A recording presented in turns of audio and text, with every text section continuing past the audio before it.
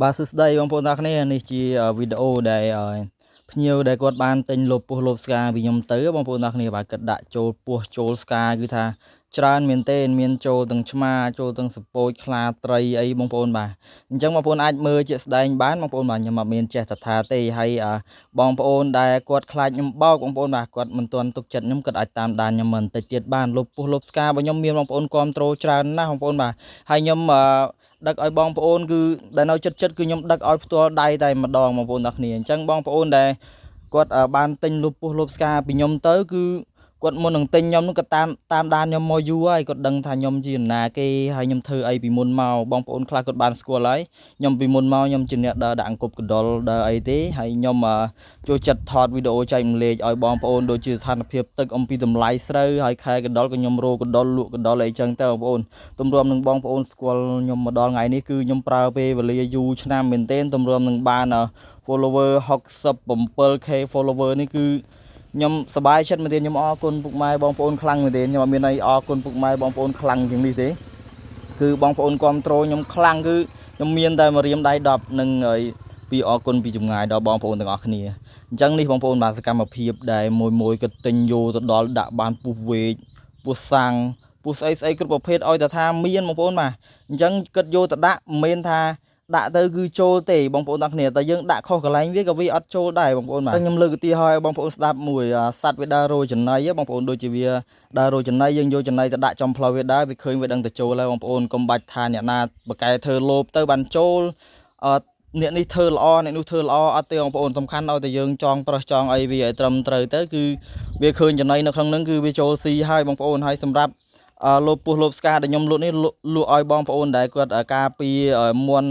់ទារបស់គាត់ដែលគាត់ចិញ្ចឹមមន់ទានៅតាមព្រៃនៅតាមជើងភ្នំឡើយមានសត្វព្រៃសត្វអីចូលមកស៊ីចឹងណាបងប្អូនទាំងគ្នាគាត់ទិញលបនឹងយកទៅដាក់ហើយគាត់បានក៏គាត់យកទៅប្រឡែងនឹងសួនឬមួយក៏យកទៅឲ្យបងដែលគាត់មានសួនមានរមណីយដ្ឋានហើយគាត់ដាក់ចិញ្ចឹមដាក់អភិរក្សដើម្បីឲ្យភ្ញៀវទស្សនាទៅបានទស្សនាអំពីសត្វព្រៃអញ្ចឹងណាបងប្អូនបាទអញ្ចឹងគាត់ដាក់គាត់ទិញយកទៅនេះគាត់មិនមែនទិញយកទៅគាត់បានសត្វព្រៃគាត់យកទៅហូបយកទៅអីទេអត់ទេមានភ្ញៀវខ្លះគាត់បានហើយគាត់យកទៅប្រឡែងនឹងឆ្ងាយបងប្អូនបាទហើយនេះសកម្មភាពយើងដាក់បានឆ្មាទៀតបងប្អូនបាទឆ្មាណាដែលបកែស៊ីមន់បាទឡែងពេលខ្លះមិនមែនសត្វព្រៃទេបងប្អូនពេលខ្លះឆ្មាវាមកចាប់មន់យើងនឹងឯងបាទព្រោះខ្ញុំមាននេះជាក់ស្ដែងបងប្អូនបាទខ្ញុំធ្លាប់គឺឆ្មាមកចាប់មន់ខ្ញុំកាលហ្នឹងអស់តែម្ដងបងប្អូនបាទចាប់មួយថ្ងៃមួយថ្ងៃពីរខ្ញុំចម្លែកថាសត្វស្អីគេតាមពិតឆ្មាបងប្អូនឥឡូវនេះគាត់យកទៅដាក់ត្រង់មន់គាត់បានឆ្មាមែនបងប្អូនបាទឥឡូវបានចោលមួយបកែចាប់មន់បងប្អូនបាទនេះឆ្មាឡើងប៉ុណ្ណាណៃពេញមកត្រង់បងប្អូនឃើញលោបប៉ុណ្្នឹងតិចថាឆ្មាចូលមិនរួចបងប្អូនបាទឆ្មាចូលរួចណាបងប្អូនទាំងអស់គ្នាបាទហើយនេះពោះបងប្អូនបាទពោះសាំងធំណាស់បងប្អូនអើយចូល3គីឡូនៅហ្នឹងបងប្អូនបាទនេះ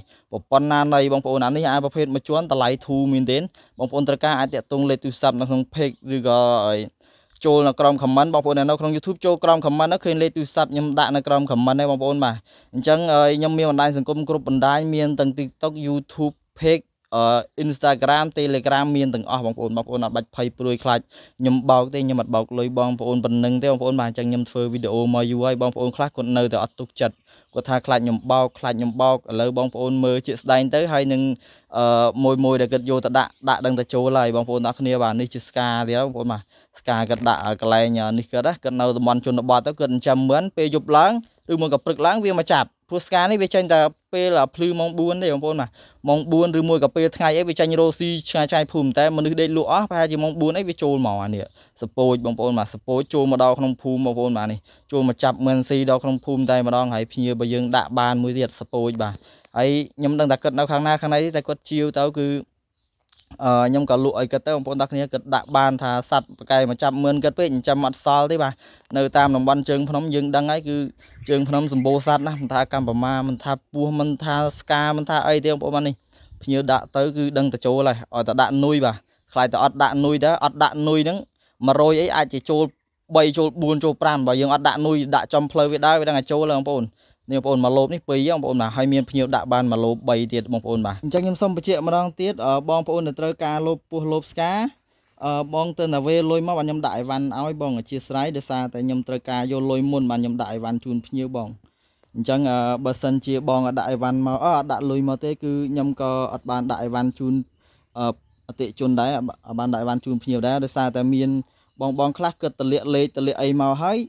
គាត់អត់ឃើញខ្ញុំដាក់អីវ៉ាន់គាត់ថាខ្ញុំបោក តែខ្ញុំប្រាប់គាត់ឲ្យវេលុយមកគាត់អត់វេលុយមកទេអញ្ចឹងខ្ញុំបញ្ជាក់បងតែទិញលុបពស់លុបស្កាគឺពេលដែលតម្លាក់ទីតាំងហើយគឺខ្ញុំបាញ់ QR ទៅឲ្យបងប្អូនទាំងអស់គ្នាហើយអញ្ចឹងបងប្អូនទាំងអស់គ្នាបើវេលុយមកហើយអត់ឃើញអីវ៉ាន់ចាំថាខ្ញុំបោកតែបើមិនទាន់វេលុយមកឲ្យខ្ញុំទេគឺខ្ញុំបានបោកបងប្អូនទេព្រោះអីបងប្អូនអត់ទាន់បានឲ្យលុយខ្ញុំទេពេលខ្លះបងប្អូនតម្លាក់ទីតាំងមកឲ្យខ្ញុំមែនតែចំពេលខ្ញុំរវល់ខ្ញុំអត់បានតបឆាតបងប្អូនអញ្ចឹងណាបងប្អូនទាំងអស់គ្នាបាទអញ្ចឹងអធិស្ឋានមែនទែនដោយសារតែខ្ញុំទទួលភ្ញៀវអត់ទាន់ទេរឿងហើយអញ្ចឹងខ្ញុំតម្រូវយកលុយមុនបានខ្ញុំដាក់អីវ៉ាន់ជូនភ្ញៀវបង